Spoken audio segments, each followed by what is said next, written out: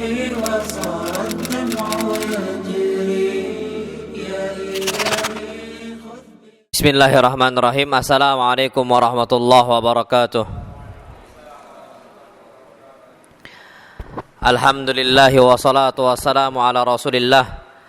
Hayakumullah wa bayakum wa saddadanillah wa iyyakum alal khairi wal huda mahayina wa as'aluhu bimannihi wa karamih ayaj'alani wa iyyakum min ahlil ilmi wal qur'ani tadabbura wa fikha innahu ala kulli syai'in qadir wa bil ijabati jadir. Ayyuhal ikhwatul kiram, insyaallah subhanahu wa ta'ala kita pada kesempatan malam ini akan membahas tentang masalah sunnah-sunnah Nabi kita Muhammad sallallahu alaihi wasallam setiap hari dan setiap malam insyaallah. Taib, kita mulai dari adab tidur. Karena memang permulaan hitungan bergantinya hari itu sebenarnya hitungan malam. Kalau tahunnya tahun Hijriyah, bukan matahari. Jadi kita di sini mulai adab tidur. Pertama, Pak, para ulama mengatakan sebelum kita itu tidur itu ada beberapa sunnah Nabi kita Muhammad SAW yang beliau kerjakan dan termasuk adab bagi kita semua. Beliau mengatakan adalah muhasabatun nafsi, muhasabah diri sebelum tidur. Apa yang telah dikerjakan selama satu siang, baik paginya, siangnya, malamnya, dia coba koreksi. Adakah kelebihan dan adakah kekurangan? Fa in wajada khairan hamidallah.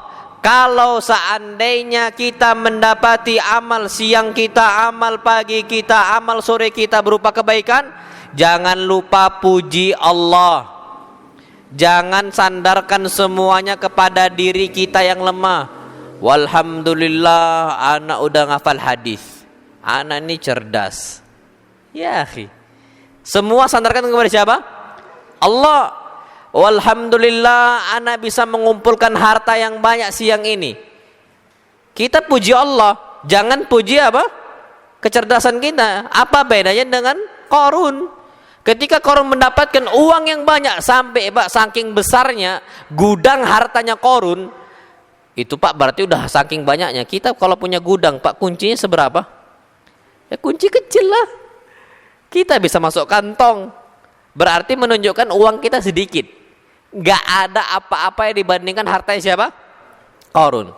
Harta Qarun itu Pak, kalau seandainya diletakkan dalam sebuah gudang, kuncinya diceritakan itu dipikul sama banyak orang. Itu kuncinya. Apalagi isinya gitu loh. Saking banyaknya harta Qarun. Ternyata ketika Qarun mendapatkan uang yang banyak dan harta yang banyak, dia mengatakan innama utituhu ala ilmin indi. Aku mendapatkan harta yang banyak ini gara-gara apa? Kecerdasan saya. Maka kata para ulama, kita muhasabah sebelum tidur. Kalau kita mendapatkan banyak kebaikan, alhamdulillah ana sholat. Jangan mengatakan ana sholat itu gara-gara saya, bukan. Karena Allah yang mudahkan. Kalau Allah super sulit Pak, kaki kita tak bakal bisa melangkah ke masjid. Itu pasti. Alhamdulillah ya Allah, ana bisa sholat 5 waktu di masjid. Ingat engkau ya Allah. Dan alhamdulillah ana bisa mengumpulkan harta untuk menafkahin istri dan juga anak-anak. Itu semua kita sandarkan kepada siapa? Allah. Muhasabah. Wa in wajada ghaira dzalika istighfar.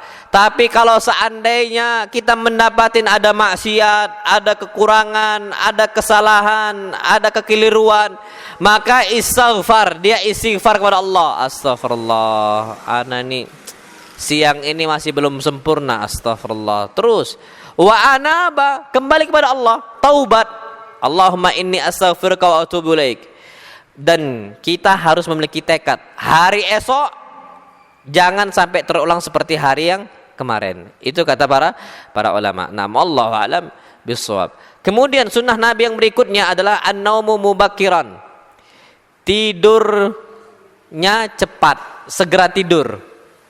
Jangan tunda-tunda tidur, begadang tanpa ada sebab. Nonton bola itu sampai jam 12 mungkin malam. Besoknya nggak subuhan. Yang ditonton bola masih mending kalau nonton kita lihat kitab, kita lihat baca Quran. Ini yang dilihat apa? Bola. Ibu-ibunya mungkin sinetron dan sebagainya. Nabi SAW tidak. Kapan Nabi tak ada kebutuhan untuk ibadah ataupun dakwah, beliau segerakan tidurnya. Dan ini kebiasaan Nabi kita Muhammad SAW, sebagaimana hadisnya Aisyah radhiyallahu taala anha, anna Rasulullah sallallahu alaihi wasallam kana yanamu fi awalil lail. Nabi kita Muhammad sallallahu alaihi wasallam tidurnya di awal malam. Ba'dal isya ngapain? Tidur. Kecuali kita ada kebutuhan mengajar, dakwah seperti ini, Pak, ba'dal isya mungkin kita bisa lanjutkan seperti itu, nggak ada masalah sama sekali. Dan bahkan sebagian tempat itu, Pak, kajiannya bukan ba'dal maghrib, ba'dal isya, itu banyak. Hampir rata-rata mungkin kalau anak di Malaysia dulu, Pak, itu kebiasaannya bukan ba'dal maghrib, ba'dal isya baru kajian. Wa yakumu akhirahu fayusalli. Dan Nabi SAW bangunnya sepertiga malam terakhir, lanjutkan dengan sholat malam. Nah, kalau kita Masya Allah udahlah tidurnya ditunda, semuanya untuk kelalaian, kemaksiatan, bangunnya nggak tahu lagi jam 9. Sholat subuhnya kapan? Di waktu duha. Sholat subuhnya di waktu apa? Duha, pas 2 rakaat. Astaghfirullahaladzim. Itu kejadian banyak loh, Pak. Banyak seperti itu. Dan ujung-ujungnya itulah yang akhirnya kita meninggalkan kewajiban. Sedangkan apa kata Nabi kita Muhammad sallallahu alaihi wasallam? Man shallas subha fi jama'atin. Siapa yang salat subuh berjamaah, fahuwa fi dhimmatillah. Maka dia di bawah naungan penjagaan Allah. Allah yang jaga. Setiap hari itu insya Allah nggak bakal ada yang ganggu dia, zalimin dia, membahayakan dia. Kenapa? Dijaga sama Allah. Kenapa sekarang umat Islam nggak banyak dijaga? Kenapa, Pak? Kondisinya karena mereka tinggalkan sholat apa? Subuh. Pak, Masya Allah, nggak usah jauh-jauh. Dulu umat Islam di zaman sahabat Nabi kita Muhammad SAW, kondisinya apakah jumlah mereka banyak atau sedikit? Sedikit. Tapi kenapa mereka jaya? Kenapa mereka sampai jadi hitungan loh, Pak, negara Arab? Padahal dulu enggak. Negara istilahnya kerajaan zaman dahulu, Pak, itu Persia atau Romawi, 2 saja. Arab nih dibuang, Mak. Kenapa? Orang-orang Arab tuh ummi, nggak bisa baca, nggak bisa nulis, nggak bisa hitung. Mak, kita hitungan aja, Mak. Di negara kita, Indonesia, wilayah yang maju, provinsi yang maju, itu provinsi yang apa? Bisa baca, bisa tulis, sama bisa berhitung. Yang nggak bisa baca, yang nggak bisa ngitung, yang nggak bisa menulis, tertinggal bukan? Tertinggal. Itu kasus orang-orang Arab. Ternyata kondisinya orang Arab bisa nguasain dunia. Sahabat Nabi SAW gak bisa hitung. Nabi sendiri, Nabi kita gak bisa baca. Iqra, ayat yang pertama turun. Apa kata Nabi? Ma'ana biqari, aku gak mampu baca. Tapi Pak, nguasain dunia bukan Nabi SAW? Iya. Orang Persia, Pak, takut. Kaisornya takut, Romawi takut, Kisra takut. Padahal dulunya orang yang terbuang. Kenapa, Pak? Subuhnya itu berjamaah. Antum tahu orang Israel Yahudi, Pak? Yang ditakutin mereka itu cuma satu. Kapan sholat subuhnya seperti sholat Jumat? Selesai. Kapan kondisi umat Islam sholat subuhnya itu kayak sholat Jumat, Pak? Pasti menang. Wallahi pasti. Sekarang kenapa kondisinya kalah? Jumatan, Pak, rame. Subuhnya habis. Cuman 2 orang di masjid. Banyak kondisi kayak gitu. Itu pun kenapa kondisi alhamdulillah masih ramai, Pak, Jumatan sekarang. Nanti ada masa Jumatan tuh bakal sepi. Gak lagi memikirkan apa? Jumatan. Dan antum tahu, Pak, Masya Allah, sholatnya pun bukan cuman subuh yang gak berjamaah. Masih mending kalau sholat subuh sendirian. Ini pun sholat subuh apa? Gak sholat. Masya Allah. Makanya wajar umat Islam itu sekarang apa? Terpuruk, terbuang gitu loh. Sampai banyak dicela pun yang nggak bisa ngapa-ngapain. Kenapa kondisinya? Gara-gara memang mereka itu ya banyak begadangnya, nonton bola, ditipu semua sekarang, Pak. Umat Islam, na'udzubillah min dzalik. Pemudanya ya nongkrongnya tanpa faedah. Sampai main game. Ngapain? Ana sering dakwah, Pak, ya. Kayak macam ke Pegabuan, ke Raja, itu kan ada jembatan besar itu. Anak-anak megang HP semua, main game. Anak-anak mudanya, makanya anak bersyukur sama santri, Pak. Mereka begadang dengan depannya apa? Kitab. Orang-orang luar, Pak, depannya apa? HP, main semua ya. Ujung-ujungnya subuhnya pasti tidak sholat. Banyak kondisi seperti itu. Wajar umat Islam semakin apa? Semakin tertinggal. Nah, wallahu a'lam bishawab. Taib, sunnah Nabi yang berikutnya sebelum tidur, kita disunahkan untuk wudu. Nah, ini udah mulai banyak ditinggalkan. Kenapa? Malas katanya. Dingin malam-malam, mau tidur malah makin seger. Enggak, justru kita itu nyaman tidurnya kalau kita berwudu. Kenapa? Karena perintah Nabi kita Muhammad SAW, idza ataita madji'ak, kalau engkau datang ke kasur engkau, ingat, fatawadda wudu'aka lis-shalah, wudu dulu sebagaimana engkau wudu untuk apa? Salat. Wudu dulu, bersuci dulu. Thumma taji ala syikikal aiman, kemudian baru berbaring ke hadap ke kanan. Kenapa wudu? Biar suci. Kenapa suci? Karena kita akan dijaga oleh malaikat. Malaikat yang apa? Yang jaga. Dan malaikat itu tidak suka sebenarnya sama orang-orang yang kotor. Orang-orang yang nggak bisa jaga tubuhnya, jaga ruhnya, itu malaikat nggak suka. Makanya Pak, Masya Allah, malaikat itu kalau kita sholat malam, apa kata Nabi kita Muhammad SAW? Wa innar rajula la yusalli, sesungguhnya seseorang itu ketika sholat malam, tadnu minhul malaika, malaikat itu mendekat kepada dia. Wala yazalu yadnu, dan malaikat akan terus mendekat kepada orang yang sholat, hatta yada'afahu ala fi, sampai rongga mulut kita berada dalam rongga mulut malaikat. Jangan dibayangkan kayak mana, kita nggak pernah tahu, itu hal yang ghaib. Tapi itu dikabarkan oleh Nabi kita Muhammad SAW. Tiba-tiba Pak, mulut kita nggak digosok giginya, bau jigong. Mungkin nggak datang malaikat? Nggak bakal mungkin. Justru kita panjang bacanya pun surat Al-Baqarah, surat Ali Imran, surat An-Nisa, malaikat itu makin menjauh, nggak mau. Lah kan Nabi mengatakan sallallahu alaihi wasallam dalam hadis yang sahih, man akala tsauma awil basala fala yaqrabanna masjidana, yang dia itu makan bawang putih, bawang merah, bawang-bawangan, jangan dekatin masjid kami. Jangan masuk di masjid kami. Bukan masuk Pak yang dilarang, deketin masjid pun tak boleh. Kenapa? Fa innal malaikata tata'adza mimma yata'adza minhu banu Adam. Karena malaikat itu terganggu dengan bau apa? Dengan sesuatu bau yang banu Adam pun terganggu, yang manusia pun terganggu. Maka apa kata para ulama? Para ulama mengatakan kita sebelum tidur biar dijaga oleh para malaikat, kita itu harus bersuci. Nah, wallahu alam bissawab. Kemudian sunnah yang berikutnya Pak, dan ini juga termasuk yang udah banyak ninggalkan nih. Istihbabu nafdil firash. Disunnahkan kita itu kebas-kebas apa? Kasur. Jadi kalau udah mulai capek jangan langsung tidur dulu, tapi kebas dulu kasurnya.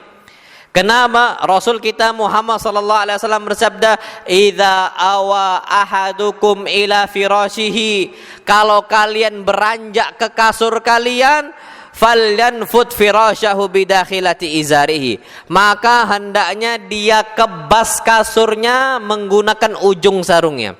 Dikebas dulu Pak, macam disapu-sapu, dikebas. Kenapa alasannya? Fa innahu la yadri ma khallafahu alaihi, karena dia nggak tahu setelah dia bangun itu ada apa di sana. Dia mau tidur lagi, siapa tahu ada kalajengking, naudzubillah, ada ular, naudzubillah, dan ada hewan-hewan yang lain, minimal semut lah. Dan itu makhluk yang kita bisa lihat. Ada makhluk yang tak bisa kita lihat, apa? Syaitan. Syaitan itu Pak, Masya Allah, disebutkan oleh Nabi kita Muhammad sallallahu alaihi wasallam. Rumah kita itu Pak, ada 4 kamar seandainya. Apa kata Nabi kita Muhammad sallallahu alaihi wasallam? Yang kamar pertama untuk suami, kamar yang kedua mungkin untuk riasan istri, kamar ketiga Pak untuk tamu lidhaif, yang keempat kalau kosong untuk siapa? Lisyaitan. Untuk siapa? Syaitan. Makanya Pak, kalau saatnya kamar udah lama nggak ditempatin, biasanya itu tempatnya syaitan udah memang. Rumah nggak ditempatin biasanya tempat syaitan. Maka gimana kalau kita masuk rumah, kita doa dulu sebelum tidur pun Pak juga. Kalau seandainya kita mendapati kasur ini nggak kepake lama, punya anak kita masuk pondok semisal. Jangan dibiarkan terbentang. Terus diapain? Tegakkan. Biar tidak dijadikan tempat tidur siapa? Syaitan. Seperti itu. Ini sunnah Nabi kita Muhammad SAW. Makanya Pak, orang-orang yang tiba-tiba capek dia, nggak dikebas kasurnya, langsung tidur, mimpi buruk kadang-kadang. Diganggu sama siapa? Syaitan. Diganggu sama jin.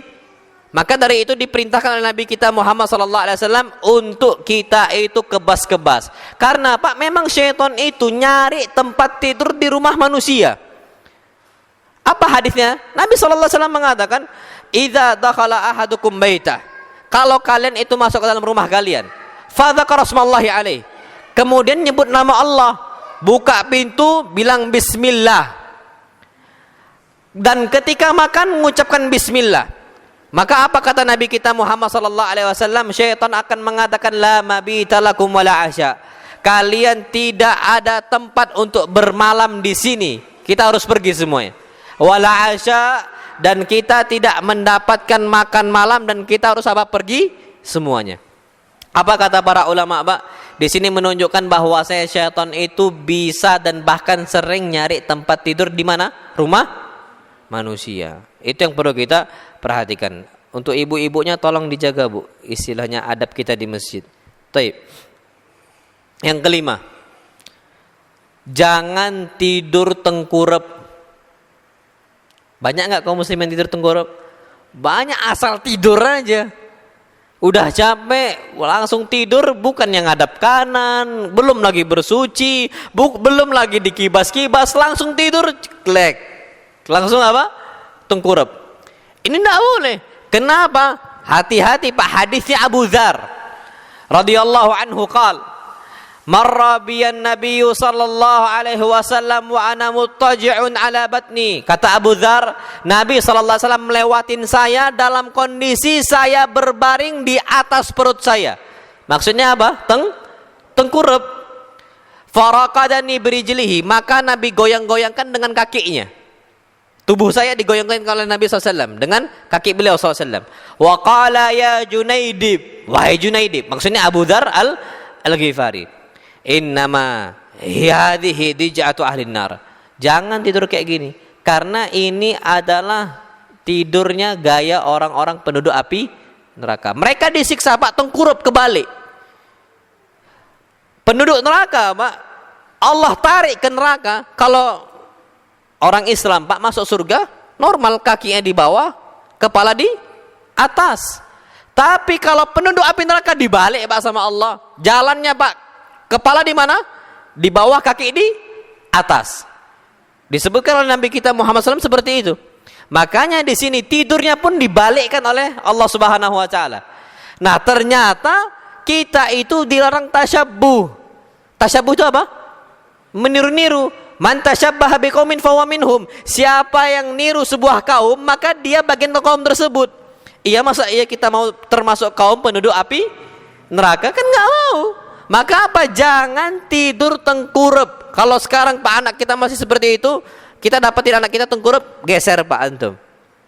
Kalau kita seandainya udah capek, jangan sekali-kali tengkurap. Kenapa? Tasyabbuh. Meniru-niru mereka itu nggak boleh. Jadi jangan jadi kebiasaan. Jadi Pak, ingat, tapi jangan jamaah tidur antum goyang-goyangkan pakai kaki antum.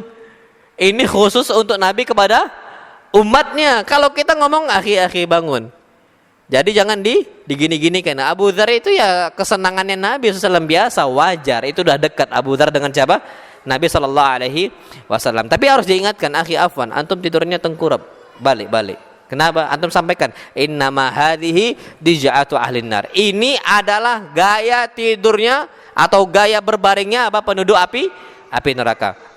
Penduduk neraka Pak nggak bisa tidur, tapi maksudnya berbaring. Nah, wallahu a'lam bissawab. Kemudian Mak, yang berikutnya adalah ighlaqul abwab. Pintu-pintu itu harus ditutup. Pintu harus apa? Ditutup. Cari pintu-pintu, jendela-jendela, tutup semuanya. Wa itfa'un nar. Kalau ada api atau ada lampu sebagai pencahayaan, matikan sebelum tidur. Itu kondisinya. Kenapa Pak? Disebutkan oleh Nabi kita Muhammad SAW dalam hadis yang sahih yang diriwayatkan oleh Jabir bin Abdullah. Nabi SAW mengatakan atfi'ul masabih, matikanlah lampu-lampu kalian, penerangan kalian billaili, di malam hari, idza raqattum, kalau kalian hendak tidur, wa aghliqul abwab, dan tutuplah semua pintu. Kenapa Pak ditutup pintu rumah kita? Bukan cuman pencuri yang masuk, anggaplah aman nih, tapi jin bisa masuk. Makanya perintah Nabi SAW tutup pintu, sebut nama Allah. Apa kata Nabi kita Muhammad SAW? Fa inna syaitana la yaftahu baban mughlaqan bi dzikrillah. Sesungguhnya syaitan itu nggak bakal bisa membuka sebuah pintu yang sudah tertutup, yang disebutkan nama Allah. Tutup pintu semua, Pak. Jendela juga tutup. Wa auqiul asqiyah, dan tutuplah apa? Bejana. Baik minuman gelas ataupun mangkok yang ada kuahnya, tutup semuanya. Disebutkan Pak, Masya Allah, kenapa kita itu diperintahkan seperti itu? Karena memang setiap tahun, kata Nabi kita Muhammad SAW, itu ada wabah penyakit. Ada apa? Wabah penyakit. Setiap tahun ada wabah penyakit, dan itu nanti merata, mungkin flu, demam dan sebagainya. Itu Pak, penyakit itu cepat nyebarnya kalau masuk ke dalam minuman ataupun makanan. Itu wabah penyakit. Makanya kita harus hindarkan, tutup semuanya. Tutup. Itu diperintahkan oleh Nabi kita Muhammad sallallahu alaihi wasallam. Jadi Pak, tutup, pertama matikan lampu. Matikan lampu kenapa? Karena kadang-kadang kalau masih listrik masih nyala ataupun api masih nyala, itu bahaya. Bisa kebakar. Pintu juga ditutup. Tadi, kenapa? Bisa syaitan masuk. Makanya Pak, anak-anak kecil itu sebenarnya tidak boleh keluar habis maghrib. Ketika maghrib kayak gini itu nggak boleh. Kenapa? Kata Nabi kita Muhammad SAW, kufu sibyanakum. Kalau seandainya udah idza qarabati syams, kalau matahari udah mulai apa? Terbenam, kufu sibyanakum, tahan anak-anak kalian. Tahan anak-anak kalian ke rumah, di rumah. Wa aghliqul abwab, tutup semua pintu dan tutup semua jendela. Kenapa? Fa inna syayatina tantashiru hina idin. Karena syaitan itu menyebar kemana-mana di saat itu. Sampai kapan? Fa idza dhahaba amatul lail. Kalau udah mulai masuk tengah malam, maka sebarkan. Di Saudi Pak, di negara-negara Arab itu kayak gitu. Anak-anak itu ditahan. Kalau di Indonesia Pak, maghrib dikeluarkan, isya ditahan, kebalik. Kalau seandainya udah masuk jam 10 Pak, keluarkan saja. Apa kata Nabi? Kalau seandainya fa'idha dhahaba amatul lail, kalau udah masuk tengah malam, silakan bebaskan. Karena di saat itu waktu malaikat yang berkeliaran. Tapi kalau waktu maghrib Pak, seperti ini, siapa yang berkeliaran? Syaitan. Makanya disuruh ditahan. Jangan sampai apa, kita malah kebalik. Nah, di masyarakat kita Pak, itu ditutupin. Justru ditakut-takutin tengah malam. Hati-hati ini, tengah malam. Malam Jumat Kliwon lagi katanya. Padahal tengah malam waktunya apa? Para malaikat. Makanya Pak, jam 11 Anda ngelihara ayam ya. Jam 11 malam itu ayam itu udah mulai berkokok rata-rata. Ayam Anda di kandang sebelah itu udah mulai berkokok. Tanda apa kalau udah mulai berkokok? Malaikat. Pak, maghrib nggak ada yang berkokok Pak, ayam mana? Kecuali ditangkap. Itu pun kokoknya gara-gara apa? Pengen lari. Kata Nabi kita Muhammad SAW, idza sami'tum siyahaddika, kalau kalian mendengar kokokan ayam, maka apa? Fas'alullah min fadlih, berdoa sama Allah, minta keutamaan Allah Subhanahu wa taala. Kenapa? Fa innaha ra'at malaka, karena ayam berkokok itu sedang melihat apa? Malaikat. Jam 11 itu Pak udah mulai banyak. Harusnya di waktu jam 10, jam 11 bebaskan anak-anak kita. Sekarang tahan. Ana jujur Pak ya, ada kondisi waktu itu anak salah satu ustadz keluar waktu habis maghrib, main. Pak nggak balik, dicari Pak nggak ketemu, ketemunya hampir tengah malam. Di mana? Di bawah pohon bambu. Nggak tahu ngapain. Itu Pak alamnya udah beda, itu yakin Anda. Udah diganggu sama siapa? Syaitan. Dan ada hadis yang disebutkan Syekh Al-Albani rahimahullah, seseorang dibawa oleh alamnya syaitan, dan terjadi. Makanya kita harus apa? Jaga-jaga sebelum tidur, jangan sampai jendela terbuka dan sebagainya terbuka, maka kita harus tutup. Tutupnya pun nyebut bismillah. Masuk rumah doanya apa, Pak? Nah, wajar banyak yang kesetanan istri ini kadang-kadang. Nggak disebutkan bismillah, ribut terus. Kalau kita pulang ke rumah ribut lagi, pulang ke rumah ribut lagi sama istri. Keluar dicurigain sama istri. Kita keluar gak nyebut bismillah, masuk gak nyebut bismillah. Masuk apa? Nyebut bismillah. Apa kata Nabi? Doanya bismillahi walajna wa bismillahi kharajna wa ala rabbina tawakkalna. Gak bakal syaitan ganggu, gak bakal. Makanya muncul istilah baiti jannati, rumahku apa? Surgaku. Tapi kalau tongkar terus ribut terus dan sebagainya, itu karena gak ngucapin bismillah. Di situ masuk siapa? Syaitan. Hati-hati Pak. Dan ana pernah ngeruqyah salah satu ummahat. Dia apa kata dia? Kenapa kamu masuk rumah itu? Adem di sini.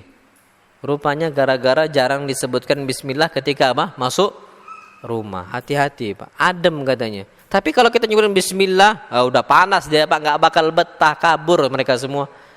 Itu memang kondisi dari Nabi kita Muhammad sallallahu alaihi wasallam, ilmu dari beliau. Wallahu a'lam. Taib. Yang berikutnya Pak, membaca ayat kursi dan ayat penutup surat Al-Baqarah. Dua ayat terakhir, amanar rasulu bima unzila ilaihi mir rabbihi wal mu'minun, sampai akhir surat Al-Baqarah. Ayat kursi penutup surat Al-Baqarah sama kul huwallahu ahad, kul a'udzu birabbil falaq sama kul a'udzu birabbin binnas. Itu penting Mak, untuk penjagaan diri kita dari syaitan dan hewan-hewan yang lain yang mengganggu. Antum tahu Pak, Masya Allah, Abu Hurairah pernah ditugaskan untuk menjaga harta zakat beras waktu itu. Jadi kondisinya menjaga harta zakat. Ternyata ketika Abu Hurairah sedang jaga, tiba-tiba ada kedatangan seseorang. Ternyata itu syaitan menjelma manusia, nyuri harta tadi, hasil zakatnya kaum muslimin dicuri. Apa kata orang tersebut? Bebaskan saya, innani fakir wali iyal, katanya. Aku ini orang miskin, punya keluarga yang menjadi tanggung jawab saya harus nafkahin. Bebaskan, biarkan saya ngasih ini, biarkan saya nyuri ini. Abu Hurairah Pak, hati lembut. Akhirnya apa? Dibebaskan. Iya, tapi jangan diulangin. Jangan diulangin. Apa kata Abu Hurairah? Tapi tetap saya kabarkan hal ini kepada Rasul sallallahu alaihi wasallam. Dibebaskan. Dikabarkanlah Rasul sallallahu alaihi wasallam. Apa kata Rasul, Pak? Rasul mengatakan nanti malam datang lagi dia. Pas ditunggu sama Abu Hurairah, kan udah tahu nih, datang nih. Karena Rasul Pak, wa ma yantiqu anil hawa in huwa illa wahyu yuha. Rasul nggak mungkin berkata dari hawa nafsu kecuali apa? Wahyu yang diturunkan. Akhirnya apa? Ditunggu sama Abu Hurairah. Betul Pak, datang lagi. Nyuri lagi. Apa kata dia? Bebaskan saya. Innani fakir wali iyal. Aku orang miskin, punya keluarga yang tanggung jawab saya. Akhirnya Abu Hurairah lagi-lagi Pak, kasihan, bebaskan lagi. Datang lagi sama Rasul SAW. Apa kata Rasul? Nanti malam datang lagi yang ketiga kalinya. Ditunggu sama Abu Hurairah, datang lagi. Apa kata Rasul? Apa kata syaitan tadi? Kata orang tadi Pak, syaitan yang jelma menjadi apa? Manusia. Apa kata dia? Ala u'allimuk. Maukah aku ajarkan kepada engkau satu ayat? Kalau engkau baca, lam yazal minallahi hafizun, maka akan ada penjaga dari Allah yang menjaga engkau sampai kapan? Hatta tusbih, sampai subuh. Ayat apa itu kata Abu Hurairah? Ayat apa? Kursi. Akhirnya apa? Datanglah kepada Rasul sallallahu alaihi wasallam. Apa kata Rasul komentarnya? Shadaqaka wa huwa kadzub. Iya, dia benar kepada engkau saat itu, tapi dia pendusta. Maksudnya siapa itu? Syaitan. Karena syaitan ini Pak pendusta, paling ulung, pendusta ulung itu siapa? Syaitan. Tapi lagi kebetulan dia jujur kepada engkau. Shadaqaka wa huwa kadzub. Akhirnya apa? Dibaca sama Abu Hurairah ayat kursi di malam itu, enggak didatengin lagi. Enggak bisa datang Pak syaitan, enggak bisa datang. Kita baca saja ayat kursi sebelum tidur Pak, insya Allah aman. Makanya orang mimpi buruk itu gara-gara enggak doa sama Allah Subhanahu wa taala. Lanjutkan kul huwallahu ahad, kul a'udzu birabbil falaq sama kul a'udzu birabbin binnas. Insyaallah Subhanahu wa taala itu akan ada penjagaan dari Allah Subhanahu wa taala. Na'am, wallahu alam bissawab. Taib. Kemudian yang berikutnya membaca sebagian doa dan zikir sebelum tidur. Doa apa itu, Pak? Apa yang paling ringkas doa tidur? Bismikallahumma amutu wa ahya atau bismikallahu ahya wa amut. Itu yang paling ringkas. Itu termasuk sunnah Nabi kita Muhammad sallallahu alaihi wasallam. Tapi Pak, ada doa yang panjang dan fadilahnya, keutamaan yang besar. Apa doa itu? Al-Bara' ibn Azib mengatakan, Pak, Nabi sallallahu alaihi wasallam bersabda, ketika itu Rasul sallallahu alaihi wasallam memberikan wasiat kepada salah seorang dari kalangan sahabat Nabi kita Muhammad sallallahu alaihi wasallam. Apa kata Rasul? Idza aratta madji'aka, kalau engkau itu udah mendatangi tempat kasur engkau, fakul, ucapkanlah, Allahumma inni aslamtu nafsi ilaik, wa wajjahtu wajhi ilaik, wa fawwadtu amri ilaik, wa alja'tu dhahri ilaik, raghbatan wa rahbatan ilaik, la malja'a wa la manja minka illa ilaik, amantu bi kitabika alladhi anzalta wa bi nabiyyika alladhi arsalta. Apa kata Nabi? Fa in mutta 'alal fitrah. Kalau engkau itu terakhir doa engkau, kemudian engkau mati, maka engkau mati di atas fitrah, masuk surga. Kita banyak nggak kondisi orang, Pak, manusia mati ketika tidur? Banyak nggak? Banyak, Pak. Ketika tidur, loh kok nggak bangun-bangun lagi? Itu banyak. Ini doa, Pak. Kondisi kita nggak pernah tahu kapan kita meninggal. Bisa jadi ketika kita itu meninggal, ketika kita ngapain? Tidur. Kalau kita mengucapkan doa ini sebelum kita tidur, Pak, masuk insya Allah ke dalam surga. Mati di atas fitrah. Antum tahu mati di atas fitrah? Bayi, Pak. Bayi itu dilahirkan di atas apa? Fitrah. Apa kata Nabi kita Muhammad sallallahu alaihi wasallam? Ma min mauludin illa wa yuladu al fitrah. Tidaklah ada seorang bayi dilahirkan di atas muka bumi kecuali dilahirkan di atas fitrah. Meninggal, Pak, dia. Apa kata Nabi? Masuk surga. Enggak ada dosa, Pak. Kondisi kita itu bisa jadi seperti matinya orang-orang bayi di atas fitrah yang lurus. Doanya gak panjang, Pak. Apa artinya Allahumma inni aslamtu nafsi ilaik? Ya Allah, aku serahkan jiwa saya kepada engkau. Kenapa, Mak? Antum tahu? Kenapa kita nyerahkan jiwa kita kepada Allah? Iyalah, Mak. Kalau seandainya kita bersandar kepada diri kita, Pak, wallahi mustahil kita hidup. Kalau mungkin kita sekarang bisa Allah berikan kita itu, Pak, kemampuan untuk mengkondisikan jantung, kita tidur, Pak. Oke lah, kita bangun, kita bisa detakkan jantung. Oke lah, anggap seperti itu. Pas tidur, jantungnya berhenti, mati nggak kita? Mati. Makanya, Pak, satu-satunya anggota tubuh yang kita nggak memiliki kekuasaan kecuali kepada Allah itu cuma apa? Jantung. Yang lain kita masih ada ikhtiar. Yang lain kita masih ada apa? Ikhtiar. Tangan, Pak, bisa nggak kita gerak-gerakan? Bisa. Antum mau ke kanan, mau ke kiri, mau ke bawah, mau ke atas. Kepala bisa, mata juga bisa. Terserah, masih semua bisa. Yang nggak bisa apa? Jantung. Wajar Nabi mengatakan inna qalba bani Adam baina isba'ini min asabi'ir rahman. Jantungnya Bani Adam itu di antara dua jemari dari jemari-jemari siapa? Allah. Yuqallibu haitsu yasha. Allah bolak-balikkan sebagaimana yang Allah mau. Kenapa? Karena memang jantung itu kalau diserahkan sama kita, Pak, susah. Siapa yang megang jantung kita? Allah. Allah yang punya kuasa. Allah yang nguasain jantung kita. Makanya wajar kita mengucapkan Allahumma inni aslamtu nafsi ilaik. Ya Allah, aku ini serahkan jiwa saya kepada Engkau. Wa fawwadtu amri ilaik, dan aku serahkan semua perkara saya kepada Engkau. Hutang, kehidupan. Kalau meninggal, Pak, ya Allah, aku serahkan urusan saya kepada Engkau semuanya. Istri kita, Pak, serahkan sama Allah. Anak-anak kita serahkan sama Allah. Kalau udah kita mati, serahkan sama Allah. Antum doa, Pak. Kalau kita nggak doa, mungkin nggak Allah akan ngurus itu. Mungkin Allah akan jauh. Mungkin Allah berpaling. Kita udah maksiat tiap hari, tiap pagi, tiap siang. Tiba-tiba minta kita itu kepada Allah, apa? Diurusin anak-anak kita, insya Allah akan mau. Tapi, Pak, kalau kita udah nggak mau berdoa, maksiat terus jalan, kira-kira, Pak, mungkin Allah berpaling dari istri-istri kita, dari anak-anak kita. Dan Allah biarkan seperti itu saja. Tapi tetap Allah itu Rahim. Tetap Allah itu apa? Ghafur. Allah Maha Pengampun dan sebagainya. Tapi tetap kita harus doakan, ucapkan Allahumma inni fawwadtu amri ilaik. Ya Allah, aku serahkan semua urusan saya kepada Engkau. Wa wajjahtu wajhi ilaik, dan aku hadapkan wajahku kepada Engkau. Maksudnya, Pak, semua apa yang kita kerjakan lillahi ta'ala, liwajihillah. Untuk wajahnya siapa? Allah. Salat ya kita untuk Allah, nyembelih kita untuk Allah, hidup kita untuk siapa? Allah, mati kita untuk wajah Allah. Qul inna salati wa nusuki wa mahyaya wa mamati lillahi rabbil alamin. Kita tidur Pak, tidur ini itu mati kecil. Mati apa? Mati kecil. Tidur itu kata para ulama mati kecil. Dan Allah yang firmankan, Allahu yatawaffakum billaili wan nahar. Allah yang mematikan kalian di siang hari dan di malam hari. Tapi mati kecil. Karena kita Pak nggak sadar lagi, udah seakan-akan mati kita. Apa kata Allah? Apa kata Nabi kita Muhammad SAW? Wa alja'tu dhahri ilaik. Ya Allah, aku sandarkan punggung saya kepada Engkau. Maksudnya Pak, kesulitan-kesulitan kita itu sandarkan kepada Allah Subhanahu wa taala. Terus sampai akhir Pak kita mengucapkan Allahumma inni amantu bi kitabika alladzi anzalta. Aku beriman kepada kitab yang telah Engkau turunkan, Al-Qur'an. Dan kepada nabi yang telah Engkau utus. Kalau kita mati Pak, mati di atas apa? Fitrah.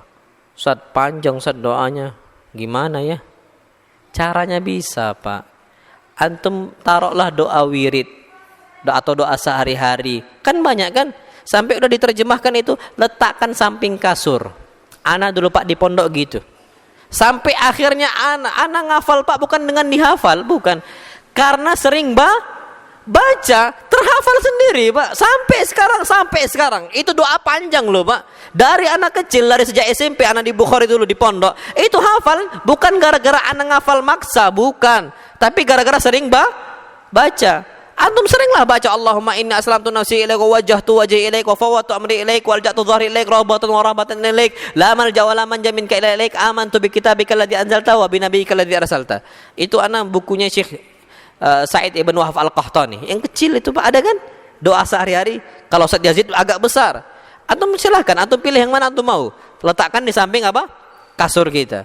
Insya Allah Subhanahu wa taala Pak kita meninggal di atas apa? Fitrah. Allah alam bisawab. Taib. Kemudian kalau kita itu terbangun dari tidur kita gara-gara mimpi buruk, doa.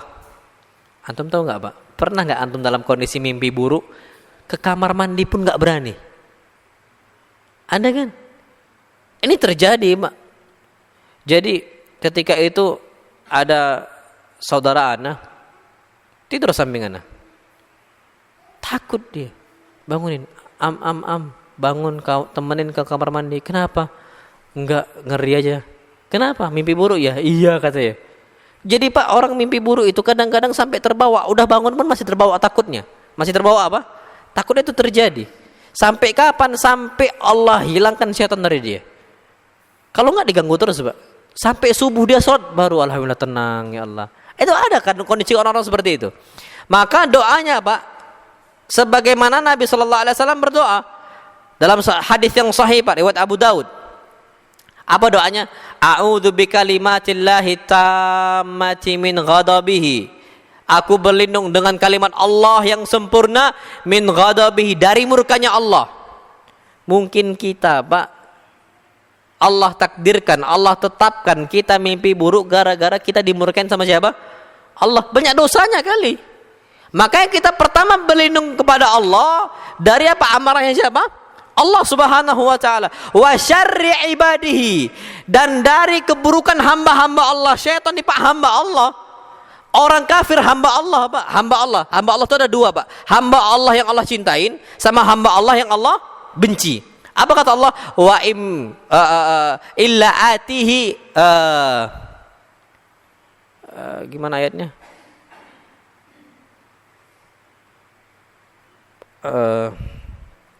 Allah firmankan illa atir rahmani abda. Semua manusia kafir dan muslimnya illa atir rahman abda, kecuali mereka semua adalah kondisinya hamba Allah datang untuk Allah.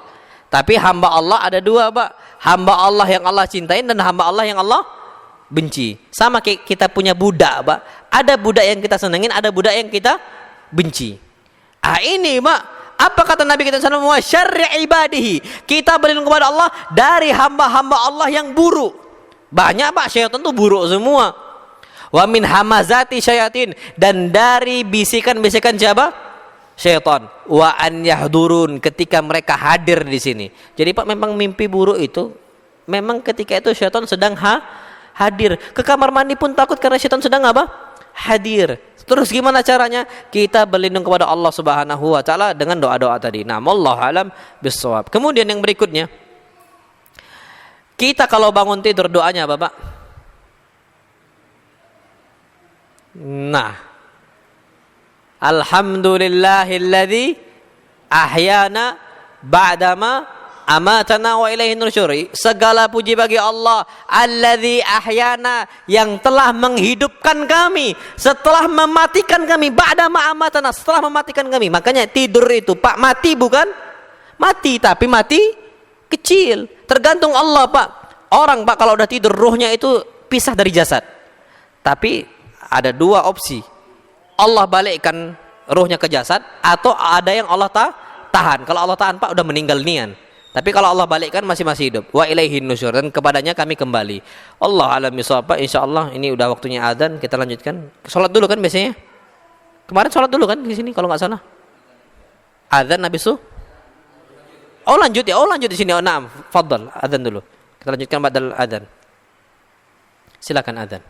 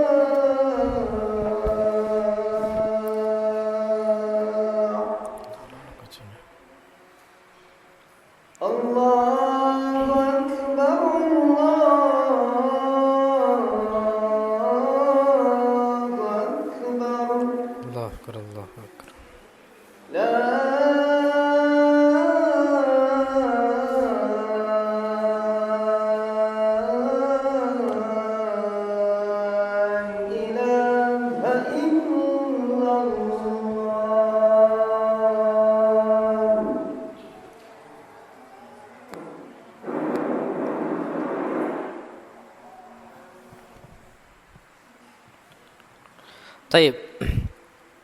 Habis bangun tidur Pak, kita biasanya kemana? Buang hajat kan? Kamar mandi. Taib. Itu ada adab-adabnya Pak. Yang pertama, kalau kita buang hajat dan memang pengen buang hajat dan butuh buang hajat, jangan ditunda-tunda, jangan ditahan-tahan. Apa kata para ulama? Al-isra'u ila qada'il hajah. Kalau kita memang butuh buang hajat, segerakan. Apalagi pas sholat. Ada kadang-kadang jamaah itu kalau lagi sholat, apalagi tahiyat terakhir, nahan kencing gini-gini udah. Ya kan?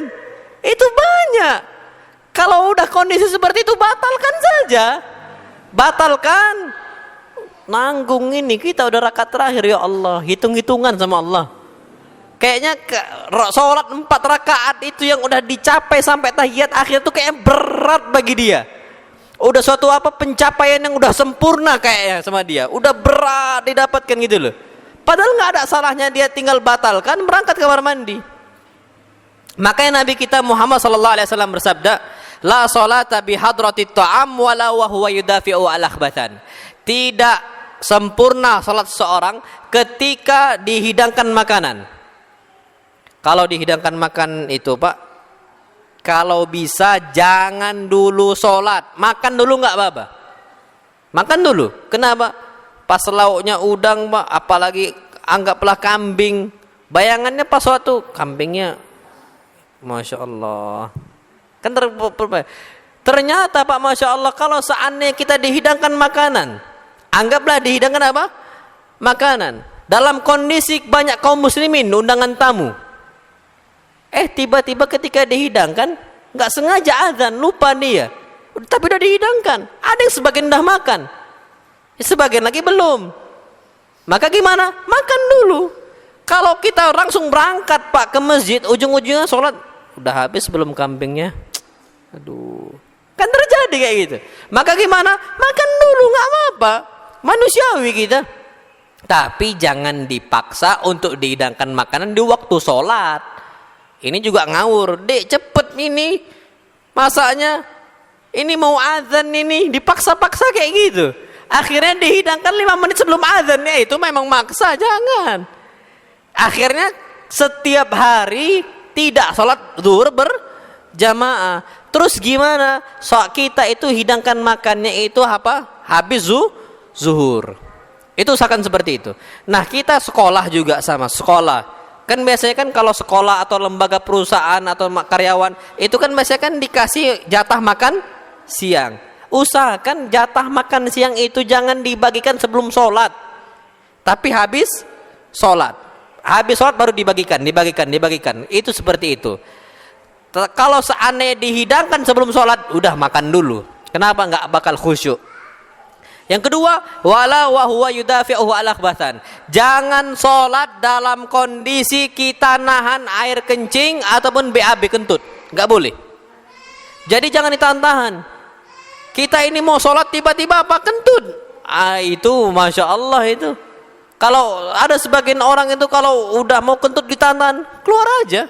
Gak ada masalah sama sekali. Keluar kita kentut langsung wudu. Wallahu a'lam bishawab. Kemudian ada buang hajat yang berikutnya. Nah, ini penting ini. Al-istitaru an a'yunin nasi inda qada'il hajah. Kita itu bersembunyi sehingga tidak terlihat dari mata manusia ataupun matanya jin. Mata manusia sama matanya apa? Jin. Hindari ketika buang hajat. Apa hadisnya? Hadisnya Mughirah bin Syu'bah. Kalau bisa jangan dilihat oleh orang ketika kencing buang hajat. Hadis Mughirah bin Syu'bah, Nabi kita Muhammad SAW disebutkan oleh Mughirah, karena idza dzahaba al-madhhab ab'ad. Nabi SAW kalau berangkat menuju kamar mandi, toilet, ab'ad, beliau menjauh. Kalau beliau mau buang hajat, Pak, ngapain beliau? Menjauh. Sekarang antum tahu kondisi di mall. Itu Pak dikasih untuk buang air kencing di mana? Dilihat oleh banyak orang. Tahu kan yang ditempel di dinding-dinding itu? Kawan sebelah pun bisa lihat. Naudzubillah. Jangan Pak, kita ini udah ikhwan, ini udah jenggotan, udah cingkrang, masih kencing di situ, malu. Terus gimana masuk kamar mandi? Nggak boleh. Agama Islam melarang. Hadisnya jelas. Mughirah Syu'bah mengatakan Nabi SAW idza dhahabal madhab. Beliau kalau berangkat ke mau buang hajat, abad, beliau menjauh. Jadi jangan buang hajat dilihat oleh banyak orang. Itu jangan. Makanya juga, Pak, kalau kita pakai jubah, pastikan dulu orang tuh nggak ada. Nabi SAW kalau pakai jubah, Pak, nggak bakal mulai kencing sampai mendekat ke mana? Ke tanah, jongkok. Nabi SAW jongkok. Habis itu kalau udah jongkok, baru dibuka, diangkat jubahnya. Jadi ngangkat jubah itu bukan pas lagi berdiri, enggak. Jongkok dulu baru ngangkat apa? Jubah, biar nggak nampak auratnya. Sekarang orang kencing di dinding itu, Pak, yang di tempat toilet banyak kaum muslimin, yang terjadi sekarang saat ini, langsung buka, Pak, tubannya, celana dalamnya nampak. La haula wala quwata illa billah. Banyak, Pak. Supir truk kencingnya samping ban. Anda enggak tahu apa faedahnya. Betul enggak nih? Ada orang pernah jadi nyupir truk. Ya biasanya kan samping ban kan kencingnya, Anda enggak tahu. Ana nih, Pak, orangnya sering safar Ana. Nah, itu Ana bukan suatu hal yang asing lagi lihat supir truk kencing di ban. Pak, masih mending kalau kencingnya sebelah kiri. Sebelah mana? Kanan. Kondisi tapi kalau waktu itu lagi memang sepi, Pak, memang sepi. Jadi kalau dia kencing situ aman-aman aja, mungkin nggak ada yang nabrak dia. Tapi maksudnya apa salahnya untuk nyari ke sebelah kiri? Itu terjadi, Pak. Masya Allah. Itulah ya kondisi sekarang umat manusia. Nggak ada lagi rasa malu.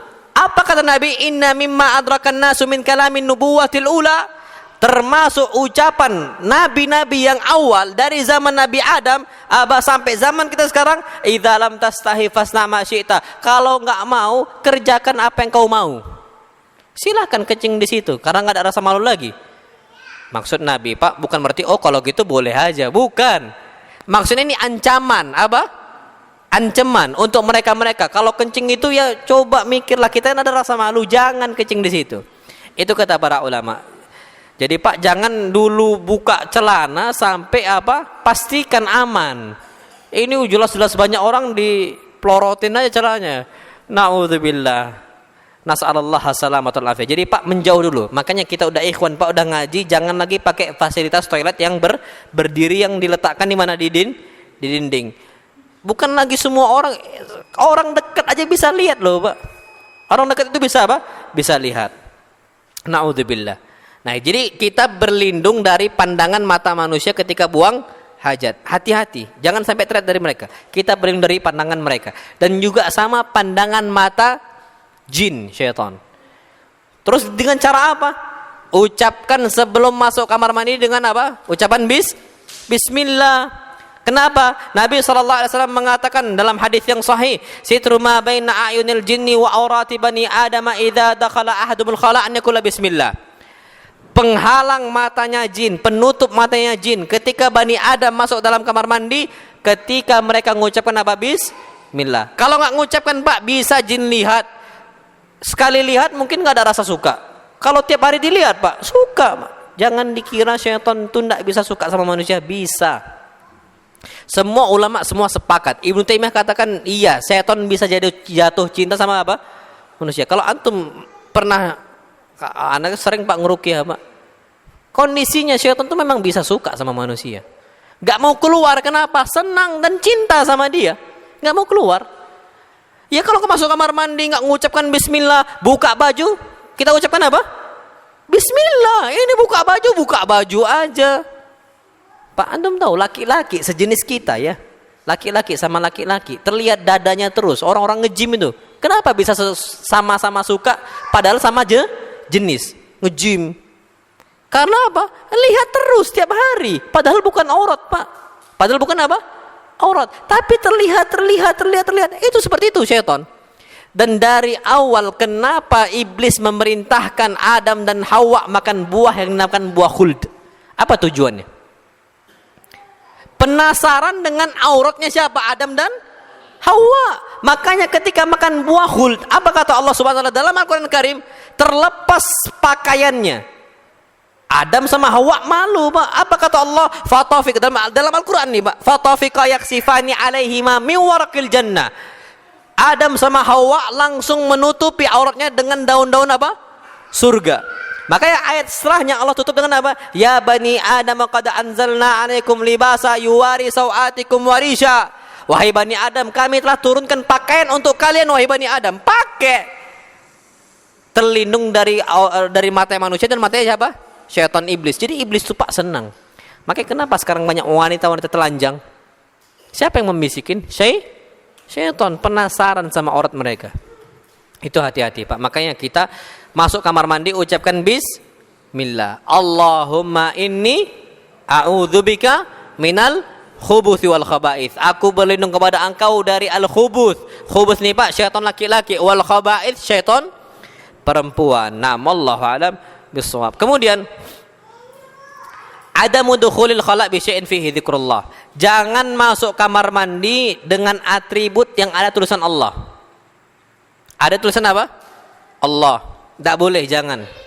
Baju ada tulisan Allah, baik Latin ataupun bahasa Arab, jangan. Berarti kalau udah kondisi seperti itu, buka dulu bajunya, kaosnya. Kenapa? Nabi SAW disebutkan dalam riwayat Al-Imam At-Tirmidzi, walaupun sebagian para ulama mendhaifkan, tapi hadis ini sahih bagi Al-Imam At-Tirmidzi dan beberapa ulama semisal Al-Mundhiri belum mensahihkan hadis ini. Nabi SAW, Pak, cincinnya itu tulisannya Muhammad Rasulullah. Muhammad Nabi Pak pakai batu akik Pak Nabi. Nabi itu pakai cincin iya, pakai batu akik iya.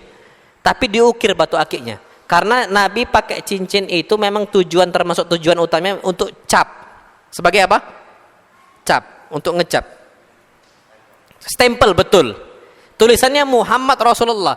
Tapi Pak bukan dari atas. Muhammadnya di bawah, Rasulnya di tengah, Allahnya di atas untuk beradab sama Allah. Makanya salah Pak kalau ada kaligrafi Allah di sebelah kanan, Muhammad sebelah kiri sejajar, tidak boleh. Tidak boleh. Allah itu tetap paling atas. Jangan disamakan, nggak bisa diratakan, nggak bisa. Nah, Muhammad Rasulullah, Muhammadnya di mana?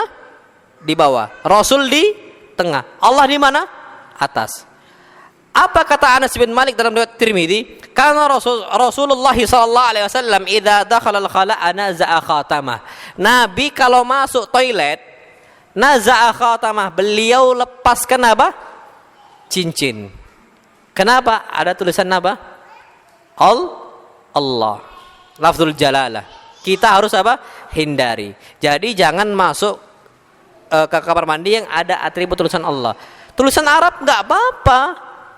Contohnya di sini, nasihat Pak. Apa nasihatnya?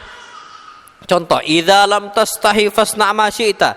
Enggak apa-apa tuh masuk kamar mandi. Ada sebagian orang ngomong, "Jangan, enggak boleh, itu bahasa Arab." Enggak apa-apa. Sama kayak bahasa Indonesia, sama artinya. Idza lam tastahi fasna' ma syi'ta. Antum tulis sini, jika engkau tak ada rasa malu, laksanakan apa yang kau mau. Contoh, lakukan apa yang kau mau. Itu boleh enggak kita masuk kamar mandi? Boleh. Bahasa Arab juga sama, enggak ada bedanya, Pak. Tapi yang nggak boleh kalau ada nama Allah, ada juga di situ Al-Quran. Itu nggak boleh masuk. Jadi gimana kondisinya? Lepas dulu. Kita lepas cincin, letakkan cincin kita. Selesai. Walhamdulillah. Kenapa? Karena cincin Nabi SAW itu tulisannya apa? Muhammad Rasul Allah. Jadi jangan sampai kita pakai. Jadi Pak, usahakan kalau antum mau pakai cincin, pakai, nggak ada masalah sama sekali. Karena Nabi juga pakai apa? Cincin. Dan Nabi cincinnya itu akik Pak. Tapi beda sama kita. Kalau Nabi pakai cincin, itu disebutkan wa ja'ala fassahu min dakhil. Nabi jadikan batunya itu di dalam. Kayak gini. Nabi jadikan ini capnya di dalam. Kalau kita Pak capnya di luar. Kalau bicara udah gini-gini aja kita. Nunjukkan apa? Batunya. Ini batu mahal misalnya. Na'udzubillah. Nabi enggak Pak, Nabi tutup. Wa ja'ala fassahu min dakhil. Nabi jadikan apa? Batunya di dalam. Naam, Allah alam bisawab. Di luar juga enggak apa-apa Pak, silakan, enggak ada masalah sama sekali. Yang penting bukan termasuk bagian dari sombong. Allah alam. Taib. Kemudian juga Pak yang perlu diperhatikan ketika buang hajat, an-nahyu anil bauli fil ma'ir rakid. Jangan kita kencing di air yang tergenang. Enggak boleh. Waduk tergenang, jangan. Kenapa? Disebutkan dalam hadis yang sahih dari Abu Hurairah radhiyallahu taala anhu dalam hadis yang sahih, Nabi sallallahu alaihi wasallam bersabda, la yabulanna ahadukum fil ma'id da'imil ladzi la yajri thumma yaghtasilu fi. Janganlah salah seorang kalian itu kencing di air yang tergenang. Ini sunnah Nabi, Pak. Daerah kita tuh mungkin banyak air yang tergenang, jangan kencing di situ. Kenapa? Sering sekali air itu mungkin digunakan sengaja, Pak, air itu dibiarkan untuk mandi, untuk berwudu. Kalau kita kencingin, terkontaminasi, kotor dia, najis, nggak bisa dipakai lagi, maka nggak boleh. Tapi kalau mengalir kayak sungai, laut, boleh nggak kita kencing situ? Boleh, nggak ada masalah sama sekali. Sekarang pertanyaannya, Pak, antum berenang sama kawan, tiba-tiba kok rasanya airnya hangat nih ya? Rupanya kawan sebelah kencing. Boleh nggak kencing di kolam renang? Ditanya dulu, kolam renangnya itu tergenang, nggak mengalir, atau dia menggunakan fasilitas yang disedot airnya, difilter dia, dan diputar kembali. Kalau kondisi seperti itu berarti ngalir. Boleh.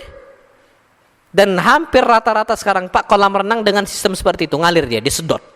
Dikeluarkan, disedot, nanti datang air yang baru. Terus kayak gitu. Hampir rata-rata seperti itu. Makanya kalau antum perhatikan, Pak, kolam renang itu ada air yang keluar kan di dinding-dinding itu, dan juga disedot, Pak, air itu. Dan kalau seperti itu kondisinya boleh kencing. Tapi cuman kencing. BAB jangan. Ngamuk satu kampung. Bahaya itu. Kenapa? Kalau kencing bisa ngalir. Kalau BAB situ-situlah, Pak, berputar. Nggak bisa kemana-mana. Makanya jangan, Pak. Jadi air kita buang hajat, nggak tahu di sini. Ini banyak nggak air tergenang, Pak, di sini? Biasanya, Pak, itu ada tempat-tempat macam waduk kecil aja. Nah, itu nggak boleh dikencingin. Kenapa? Ganggu oleh orang lain. Allahu a'lam bishawab. Taib. Yang berikutnya, dibenci untuk berbicara ngobrol ketika buang hajat. Tidak boleh. Lagi BAB ngobrol. Mana kuncinya? Itu di kamar. Cari dulu yang betul. Jangan diam aja. Lagi BAB, nanti udah selesai. Jadi jangan ngobrol. Kenapa? Disebutkan, Pak, di sini Rasul kita Muhammad sallallahu alaihi wasallam, kata Ibnu Umar, ketika itu Nabi sallallahu alaihi wasallam sedang kencing. Ada salah seorang sahabat melewati Nabi sallallahu alaihi wasallam. Ini Nabi lagi kencing, lewat dia.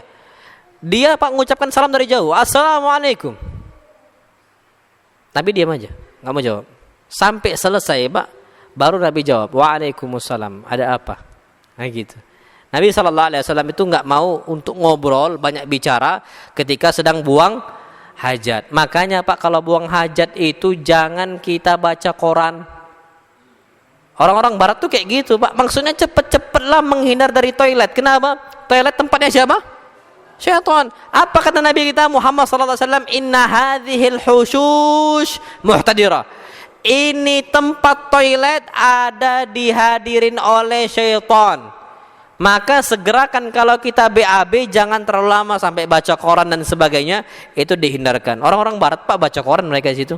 Baca buku dan sebagainya. Wallahu alam bishawab. Kemudian, Pak, yang diperhatikan juga, masuk kamar mandi itu dengan kaki kiri, keluar kaki kanan. Kenapa? Karena kita masuk ke tempat yang jelek. Sesuatu hal yang jelek, Pak, gunakan apa yang kiri, yang bagus kanan. Masuk kita masjid dengan kaki kanan, keluar masjid kaki kiri. Pak, Masya Allah ya. Antum percaya enggak? Syaitan itu udah membisikin manusia, akhirnya tidak mau. Orang-orang tuh masih banyak yang enggak mau, Pak, perhatikan hal ini. Masuk kamar mandi pakai kaki kanan, keluar pakai kaki kiri. Itu sampai dibalik loh, Pak, masuk masjid. Antum enggak percaya? Coba nanti. Ini udah dikasih tahu. Tapi nanti, Pak, kapan-kapan antum di masjid, coba antum perhatikan kaki-kaki kaum muslimin. Keluar masjid, banyak enggak yang pakai kaki kanan? Banyak. Dan itu udah godaan syaitan itu, Pak. Jangan sampai seperti itu. Sampai makan dan minum pun, Pak, maksa pakai tangan apa? Kiri. Antum banyak nggak kondisi banyak kaum muslimin buka botol pakai tangan kanan, habis itu apa? Minum pakai tangan kiri. Banyak, Pak. Sampai anak-anak muda seperti itu. Ana wallahu alam Pak ya. Dulu zaman-zaman kakek kita, zaman-zaman mbah kita, orang tua kita, itu Pak keras. Hati-hati, jangan pakai tangan kiri. Kenapa syaitan? Kenapa Nabi SAW bersabda, la yakulanna ahadukum bisimalihi. Jangan kalian tuh makan pakai tangan kiri dan minum pakai tangan kiri. Fa inna syaitana yakul wa yashrab bisimalihi. Karena syaitan itu makan dan minum pakai tangan apa? Kiri. Itu mbah-mbah kita Pak nasihatin kita kayak gitu. Sekarang Anda nggak tahu ya, justru banyak orang-orang udah tua pun masih makan pakai apa? Minum pakai tangan. Anda nggak tahu apa karena syaitannya udah terlalu lincah? Apa gimana? Dulu Pak, bapak kami itu paling anti, paling keras dulu nasihatin. Jangan. Anak pas keluar sekarang Pak kondisi anak udah tamat dari pondok. Dulu kan di pondok Pak kita diisolasi ya, nggak tahu dunia luar. Anak di SD dulu Pak, ada rasa nggak ada orang-orang tua kita pakai tangan kanan. Sekarang anak tamat di pondok, tamat kuliah, keluar ke masyarakat, rupanya banyak yang makan dan minum pakai apa? Tangan kiri. Itu Pak semua udah syaitan itu. Na'udzubillah. Kebalikannya, ketika buang hajat Pak, Masya Allah, cebok, habis buang air kecil, pakai tangan apa? Kanan. La haula wala quwata illa billah. Kok bisa dibalik betul Pak sama syaitan? Itu kondisi umat manusia. Apa kata Nabi kita Muhammad sallallahu alaihi wasallam? Janganlah yamsikanna ahadukum dzakarahu biyaminihi wa huwa yabul. Jangan pegang kemaluannya dengan tangan kanan. Kondisi dia itu kencing, jangan pakai tangan apa? Kiri. Wala yatamassah minal khala' biyaminihi. Dan juga kalau dia cebok jangan pakai tangan kanan. Sekarang dibalik Pak kondisinya. Makan pakai tangan kiri, minum pakai tangan kiri, cebok pakai tangan apa? Kanan. Lah kecil. Siapa yang bermain di balik itu Pak?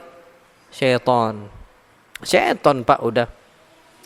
Antum tahu anak kecil, anak kita, anggap Pak anak kita ini nggak kidal ya, nggak kidal. Kalau kidal kan Pak pakai tangan apa? Kiri. Anak kita normal biasa. Coba Pak diem aja. Banyak kondisi anak-anak kita kalau ngapa-ngapain nulis pakai tangan kanan, kerja pakai tangan kanan, tiba-tiba minum pakai tangan apa?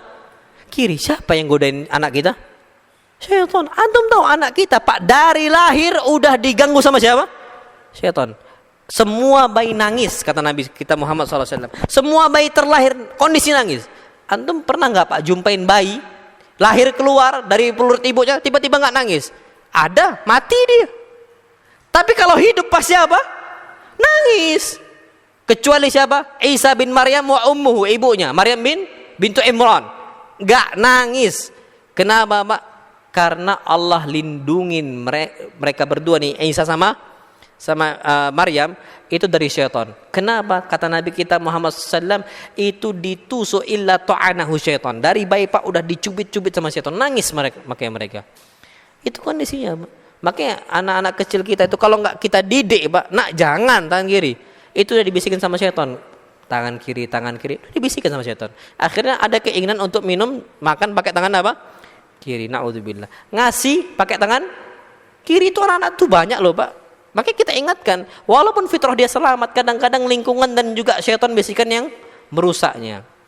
Maka kita harus hati-hati. Wallahu a'lam bissawab. Ini ada lagi Pak yang berikutnya, masih banyak nih sebenarnya. Sunnah pakai baju, habis kamar mandi kita ngapain pakai baju? Tapi belum bisa terbahas karena waktu kita sudah habis. Wallahu a'lam bissawab. Fadhal Pak, kalau ada pertanyaan silahkan. Anak untuk tanya jawab silahkan. Bismillah.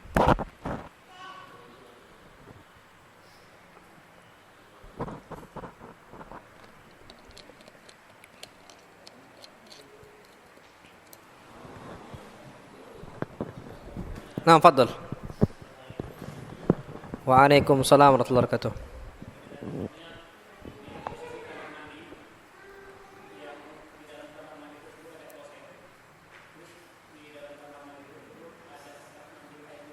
Nah,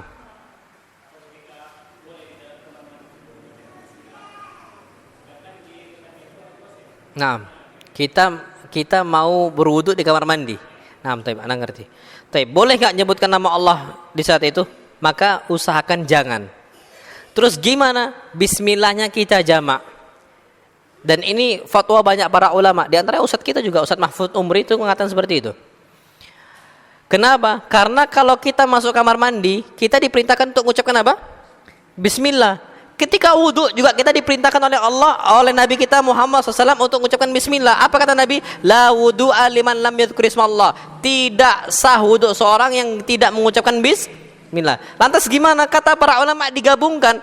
Kita mau masuk kamar mandi ucapkan Bismillah, niat kita untuk masuk kamar mandi plus berwudhu.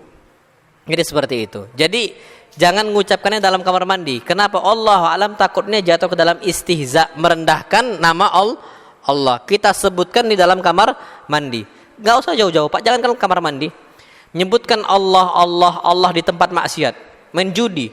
Ya Allah kalah. Alhamdulillah menang. Itu ngelecehin gak itu? Ngelecehin main judi nih Pak. Main dia kartu. Pas kalah, astagfirullah. Pas menang, alhamdulillah. Ini Pak istihza ini. Apalagi masuk kamar mandi, tempat kotor, buang hajat, BAB pup dibuang situ, air seni dibuang situ, lantas kita mengucapkan apa nama?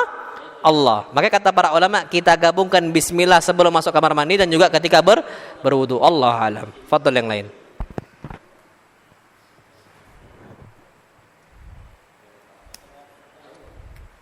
Bismillah. Nah, fadal Pak. Waalaikumsalam warahmatullahi wabarakatuh.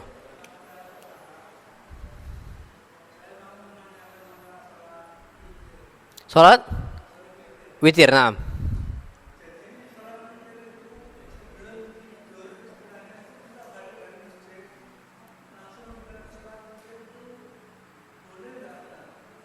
Kita salat witir habis itu jamaah di masjid, pulang, witir di rumah, 6.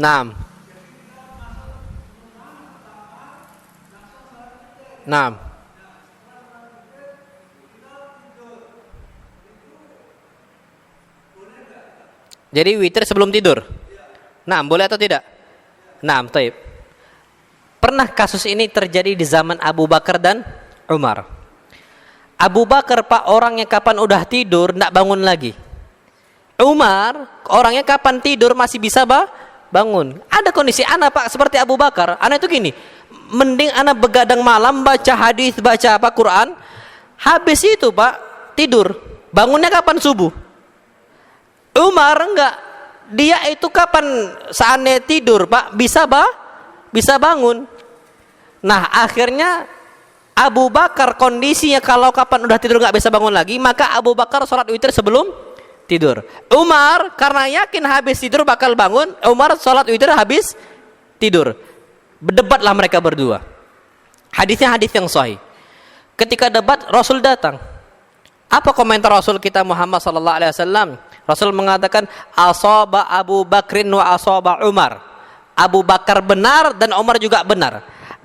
Akhadha Abu Bakrin bil hadar. Abu Bakar ngambil jaga-jaga untuk menjaga-jaga takutnya tidak bangun. Kalau nggak bangun nggak bakal witir. Langsung tiba-tiba udah azan subuh, udah kelewatan waktunya.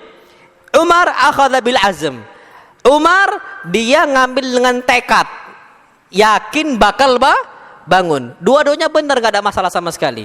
Jadi bisa dilaksanakan sebelum tidur atau setelah tidur. Yang penting witir dilaksanakan habis sholat isya. Witir dilaksanakan habis sholat isya. Naam. Silakan.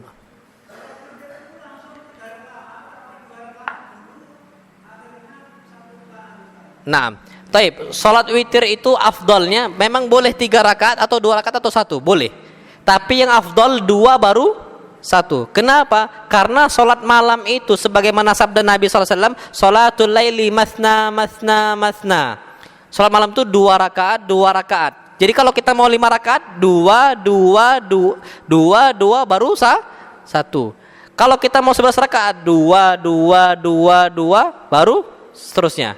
Itu kata Nabi kita Muhammad SAW, masna masna. Jadi sholat malam itu 2. Boleh langsung? Boleh. Tapi yang afdal berapa? 2. Jadi 3 langsung boleh, tapi yang sunnahnya kata Nabi kita SAW 2. Baru ditutup dengan 1. Seperti itu, Pak. Boleh. Boleh.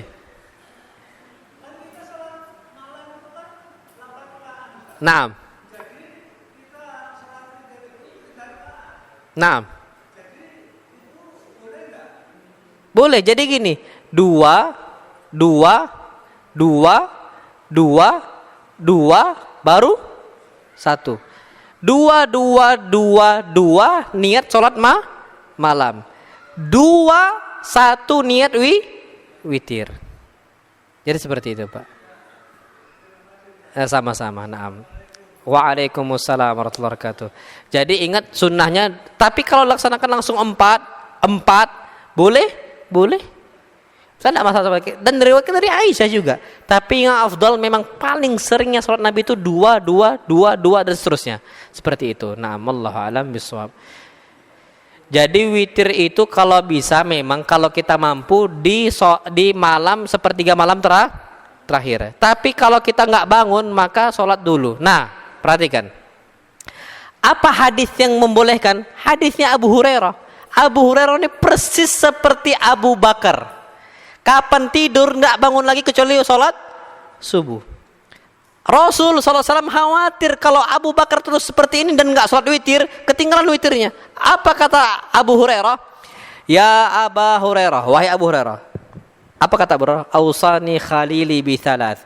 Rasul SAW mewasiatkan aku 3 hal. Apa salah satunya?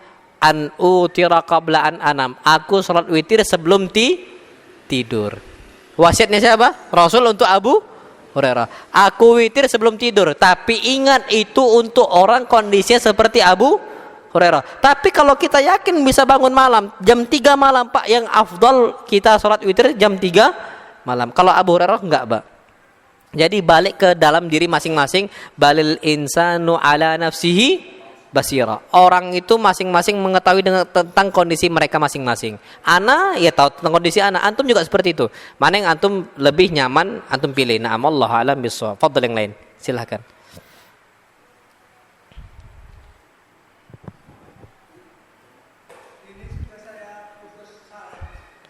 Putus? Naam. Naam, enggak apa-apa, Pak.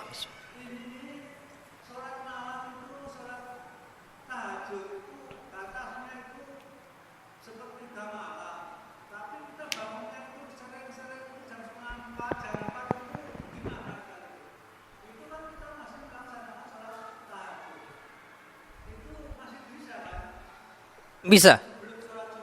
Nah, jadi akhir batas sholat malam itu kata para ulama sampai terbitnya fajar, tulu'ul fajar. Ketika sudah terbitnya fajar, selesai habis waktu sholat tahajud ataupun sholat witir.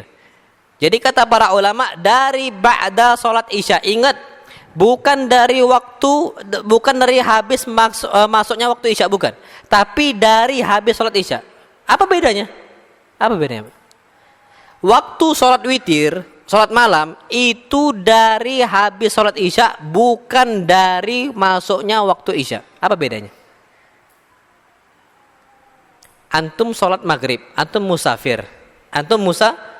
Musafir, sholat maghrib. Di jamak takdim, jamak didahulukan. 3, 2. Ya kan? Taib. Masih waktu maghrib, belum azan isya. Boleh nggak sholat witir? Semua para ulama sepakat boleh. Karena waktunya habis sholat isya, bukan ketika waktu isya masuk. Nah, itu bedanya. Jadi kita diperbolehkan dari habis sholat isya, sholat witir atau sholat wajib sampai tulu'ul fajar, terbitnya fajar. Jadi boleh 3:30, jam 4, dan 3:30, jam 4 itu termasuk waktu yang paling baik. Kenapa? Itu sepertiga malam terakhir. Apa maksud sepertiga malam terakhir, Pak? Kita maghrib jam berapa? Jam 6 anggap ya. Subuh jam berapa? Anggaplah jam 5. Bagi 3. Jam berapa berarti? Mulainya. Dari jam 6, 7, 8, 9, 10, 11, 12, 1, 2, 3, 4, 5. 11 jam. Bagi 3. Berarti permulaannya berapa kira-kira? Ya jam 1 jam 2 lah. Itu sepertiga malam terakhir sampai terbitnya fajar. Jam 4 afdal. Jam 3 afdal, jam 2 afdal. Itu yang kita pilih untuk apa? Untuk salat malam. Naam, wallahu alam bissawab. Fadhal yang lain silakan. Naam, silakan, Pak.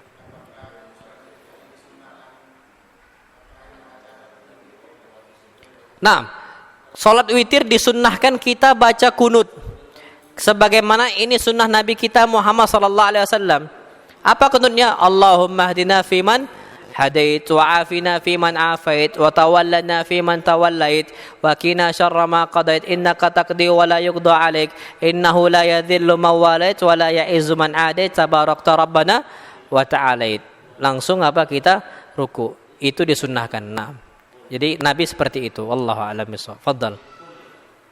Yang lain silakan. Nah. Waalaikumsalam warahmatullahi wabarakatuh. Bismillah.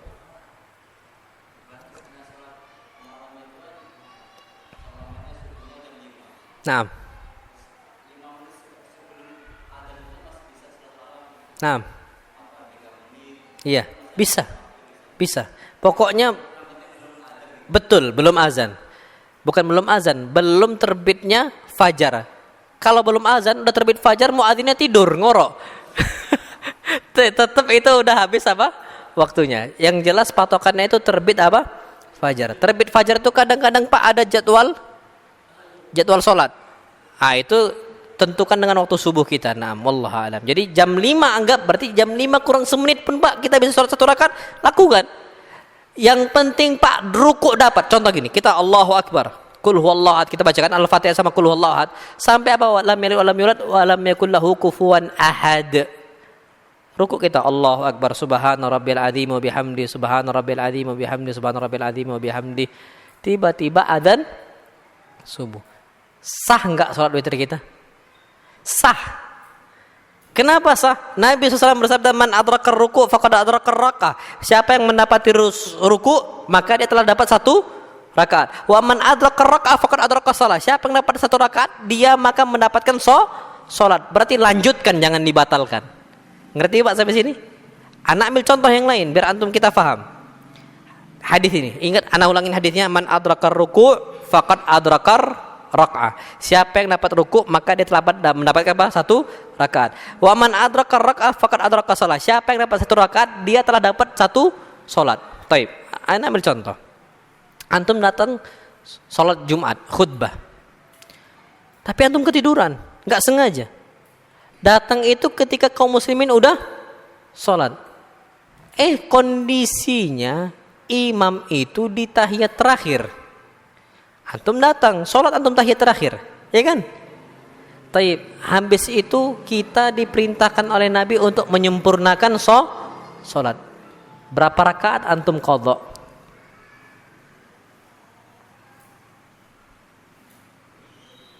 Berapa rakaat antum qadha?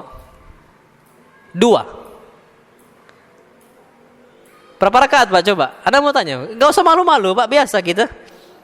Berapa? 2. Salah 2. Kenapa? Karena enggak sah sholat Jumat kita. Kita qadha 4 rakaat karena bukan lagi sholat Jumat. Sholat apa? Zuhur. Karena kita enggak mendapatkan satu pun ruku. Taib, kalau antum datang di rakaat kedua, antum ruku Allahu Akbar, imam ruku, Pak antum dapat Allahu Akbar, antum ruku nih. Apa? Kita cukup nambah 1 rakaat. Karena kita mendapatkan sholat Jumat. Tapi kalau antum ketinggalan di tahiyat terakhir, Pak, itu jangan qadha 2 rakaat. Karena antum nggak lagi sholat Jumat. Sholat apa? Zuhur. Ngerti nggak sampai sini? Ini sama kasusnya tadi. Kita 1 menit sebelum adzan subuh mau sholat witir. Kalau kita ruku, Pak, berarti dapat. Sempurnakan. Maka apa? Sempurnakan. Kita sholat apa? Sholat witir. Sah.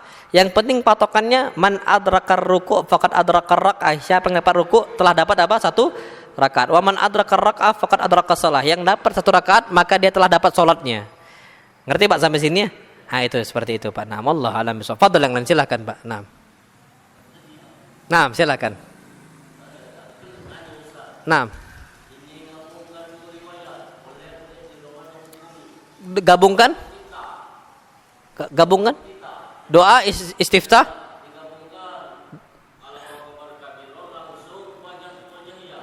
Ah. Iya. Naam. Taib.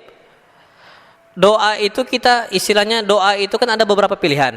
Contohnya istiftah itu ada Allahu akbar kabira walhamdulillahi katsira wa subhanallahi bukratan wasila. Yang lain Allahumma ba'id baini wa baina khataaya kama ba'adta bainal masyriq wal maghrib. Pilih satu. Pilih apa?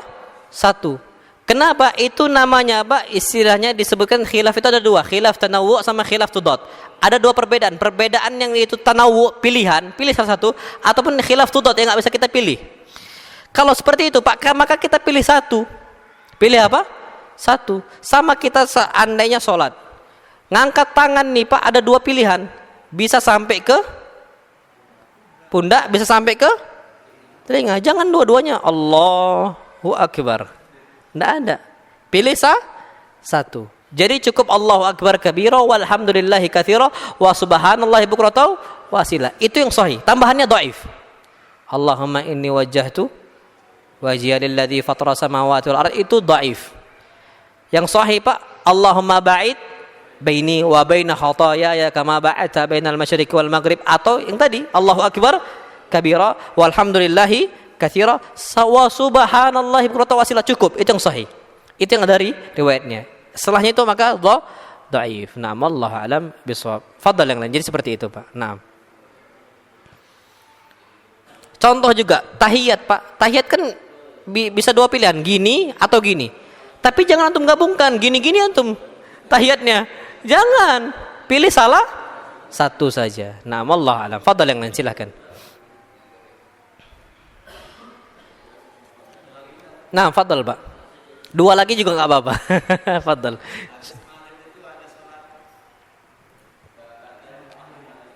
Nah.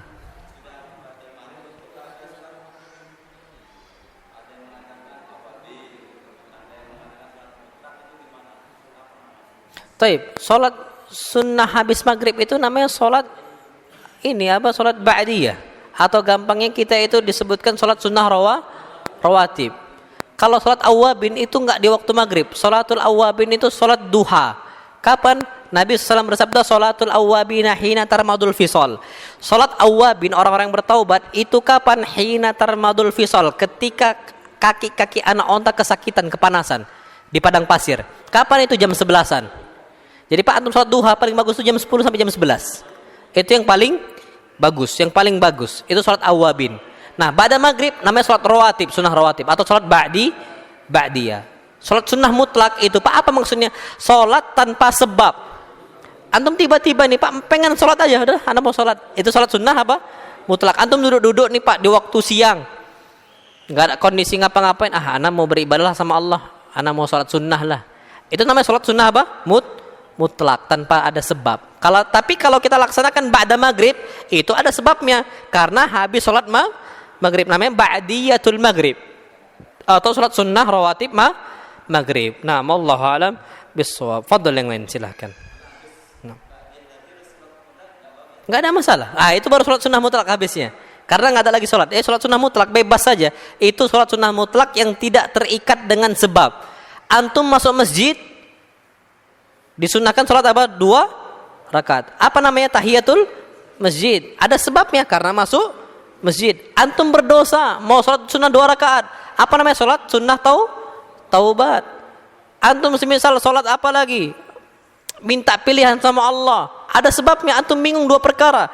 Maka sholat sunnah istikharah. Jadi sholat sunnah mutlak itu sholat sunnah yang tidak ada sebabnya sama sekali. Antum pengen dekat aja sama Allah. Makanya Allah berfirman, Pak, dalam Al-Quran Al-Karim, wasjud waqtarib. Ada kata ayatnya? Wasjud waqtarib. Sujudlah dan mendekatlah. Hadis lain Nabi mengatakan apa, Pak? Aktsiris sujud. Perbanyaklah apa? Sujud. Pak, perbanyak sujud itu bukan tiba-tiba antum sujud aja tiba-tiba, bukan. Enggak boleh. Enggak ada satupun ulama seperti itu menafsirkan. Semua ulama sepakat, Pak, maksudnya perbanyak sujud dengan memperbanyak solat. Nah, ini perbanyak solat, ini namanya solat sunnah mutlak tanpa ada sebab. Pengen dekat dia sama siapa? Allah Subhanahu wa taala. Kenapa? Pengen dekat aja, pengen dicintain Allah. Kenapa? Nabi sallallahu alaihi wasallam bersabda, dan tidaklah seseorang itu melaksanakan sholat sunnah saja, Pak, yang sunnah saja, hatta uhibbahu, sampai aku cinta sama dia. Sunnah. Kalau orang banyak sunnahnya, Pak, Allah cinta sama dia. Fa idza ahbabtuhu kuntu sam'ahu alladhi yasma'u bih. Kalau seandainya dia sholat dan aku sampai cinta sama dia, aku jaga pendengaran dia. Wa basarahu alladhi yubsiru bih, dan aku menjaga pandangan mata dia. Wa yadahu allati yabtishu biha, dan aku jaga tangan dia. Wa rijlahu allati yamshi biha, dan aku jaga kaki dia. Langkah dia itu, Pak, susah untuk maksiat dan Allah mudahkan untuk ibadah. Antum biar gimana cara dekat dengan masjid, perbanyak salat sunnah. Susah ninggalkan maksiat, perbanyak salat sunnah. Allah yang akan jaga. Na'am, wallahu alam bisawab. Jadi seperti itu, Pak. Silakan yang lain. Fadhal. Naam, fadhal, Pak.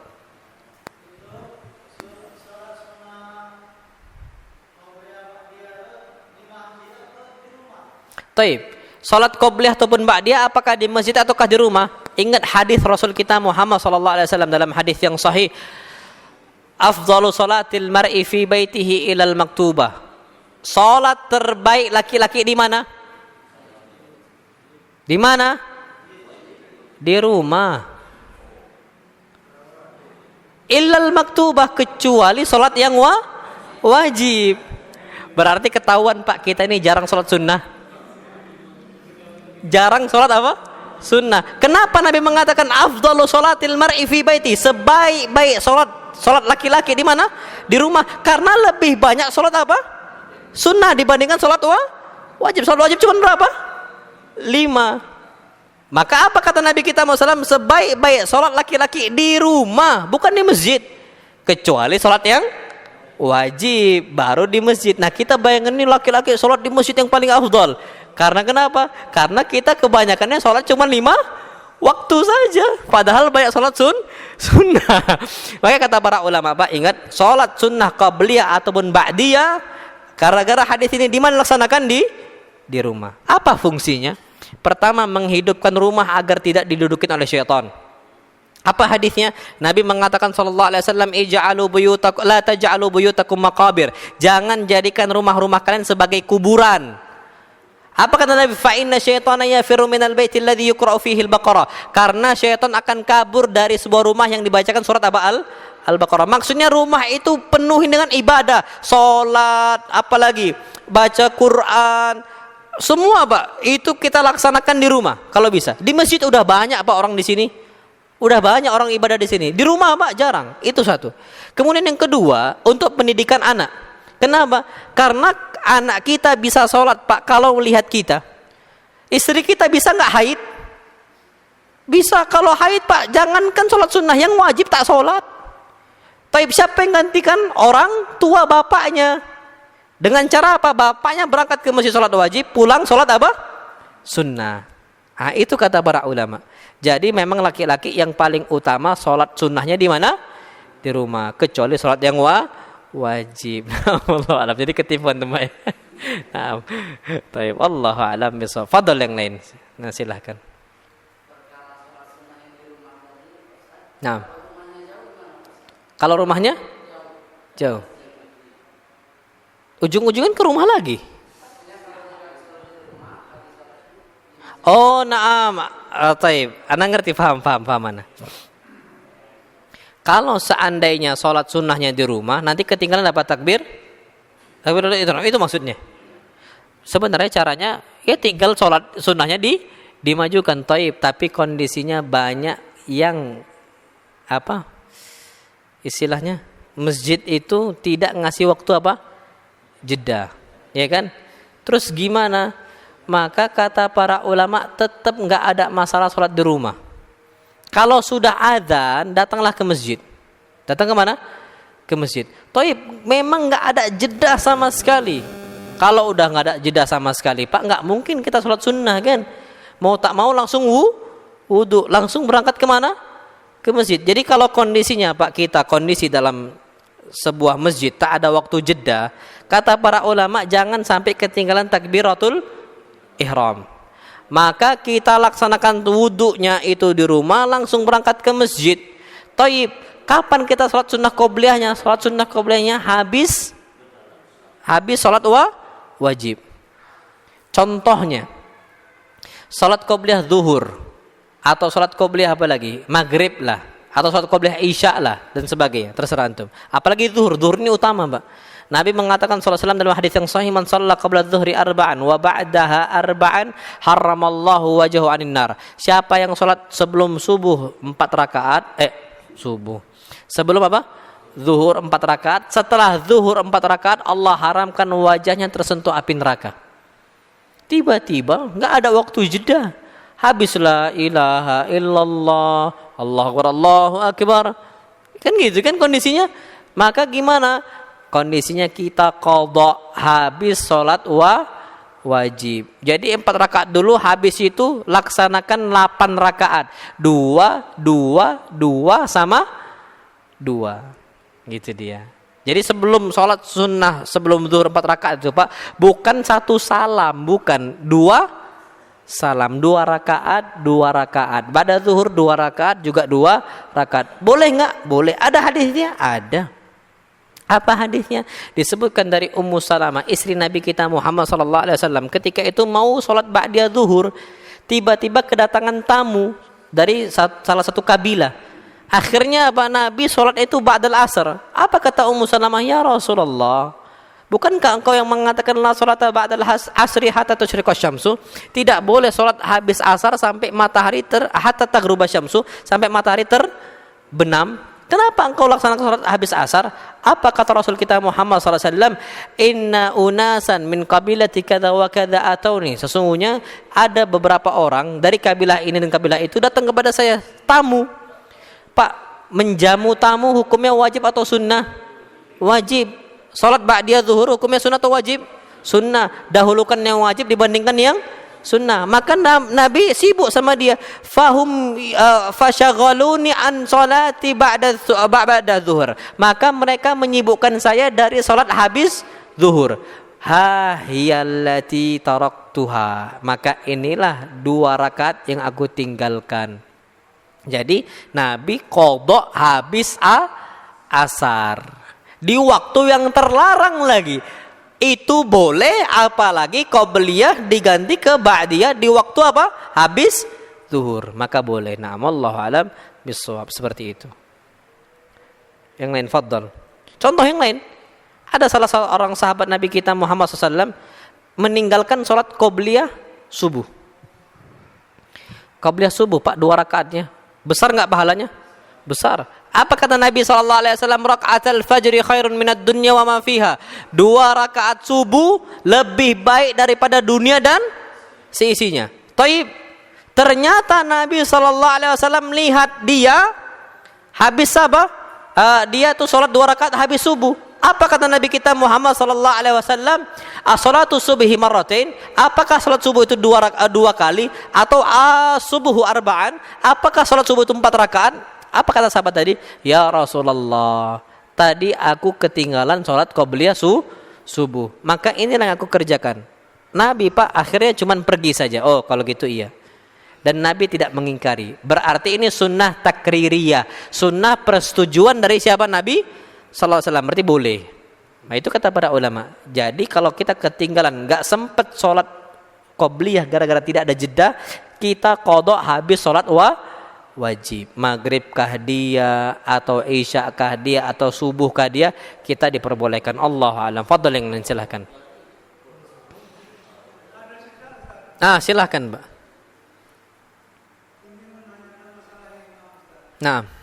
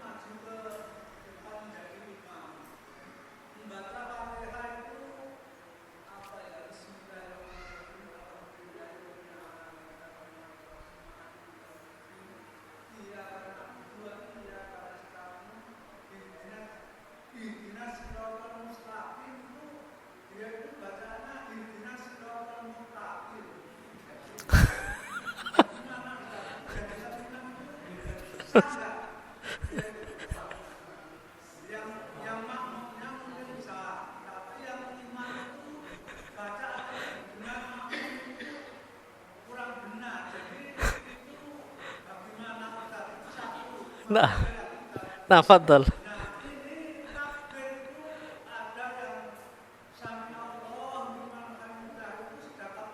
Nah.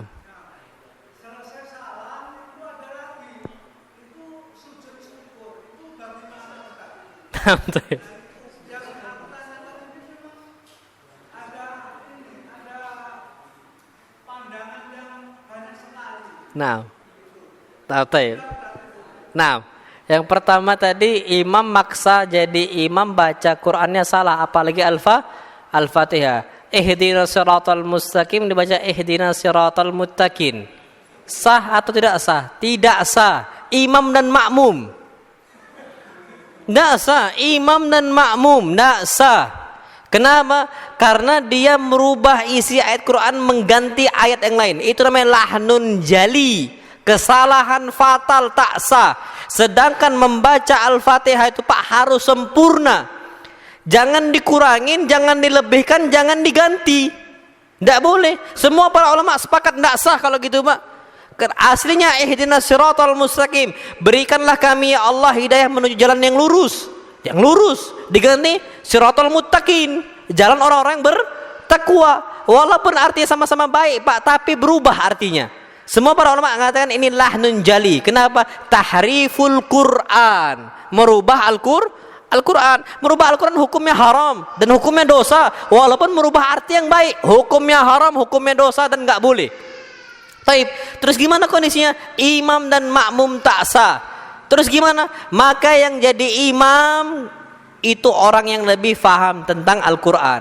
Dan Nabi mengatakan SAW, ya ummukum akra'ukum Qur'ana, yang jadi imam yang paling bisa baca Quran. Kalau nggak bisa jangan maju. Kalau maju tarik Pak. Sahih. Kita siapa takmir masjid di sini? Kita takmir masjid di sini, Pak. Takmirnya iya, akhi, nggak boleh mundur antum. Kenapa? Karena di sini hukumnya tak sah salatnya, tarik. Kenapa? Nabi SAW bersabda, ya ummukum akra'ukum Qur'ana, yang jadi imam yang paling bagus bacaan Qur'annya. Jangan diganti-ganti. Tak sah. Kalau imam tak sah, Pak, maka makmumnya juga tak sah. Hati-hati, Pak. Ngerti sampai sini? Ana pernah waktu itu, apalagi Al-Fatihah Pak, hukum Al-Fatihah salah baca Al-Fatihah nggak sah.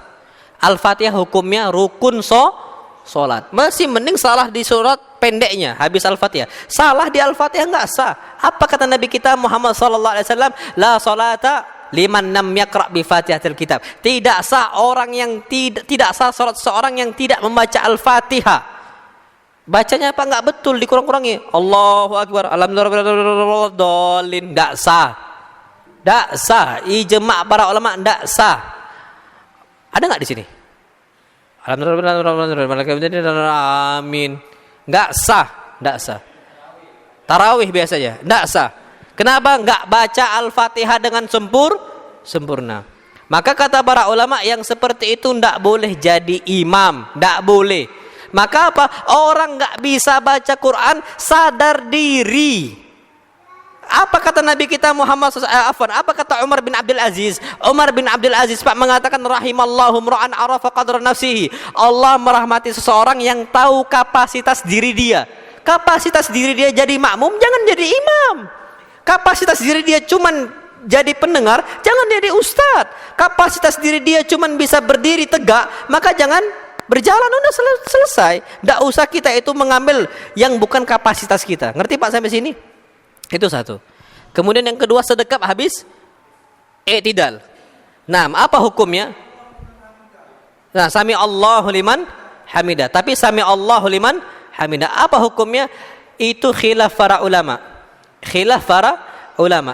Ada yang mengatakan sunnah, ada yang mengatakan bid'ah. Yang mengatakan sunnah Syekh bin Baz, Syekh Ibnu Utsaimin dan para ulama yang lainnya. Yang mengatakan bid'ah Syekh Al-Albani rahimahullah. Mana yang sahih? Letakkan biasa. Tapi kalaupun ada yang sedekap sami Allah liman hamidah, tak ada masalah sama sekali. Kenapa? Hadisnya ada dalam hadis para di kutubul hadis dan hadis semua sahih. Apa hadisnya? Nabi SAW bersabda, Wa'il ibn Hujr Pak mengatakan mensifati sifat salat Nabi. Apa kata Wa'il ibn Hujr? Kana Rasulullah sallallahu alaihi wasallam idza qama yusalli. Nabi SAW itu jika berdiri dalam kondisi sholat, ngapain beliau? Beliau disebutkan Pak wada'a yadahul yumna ala yadihil yusra. Beliau letakkan tangan kanannya di atas tangan kiri. Ana ulangi teksnya. Nabi SAW idza qama yusalli, jika beliau tegak dalam kondisi sholat, beliau letakkan tangan kanan di atas tangan kiri. Jika tegak dalam sholat, i'tidal tegak atau duduk?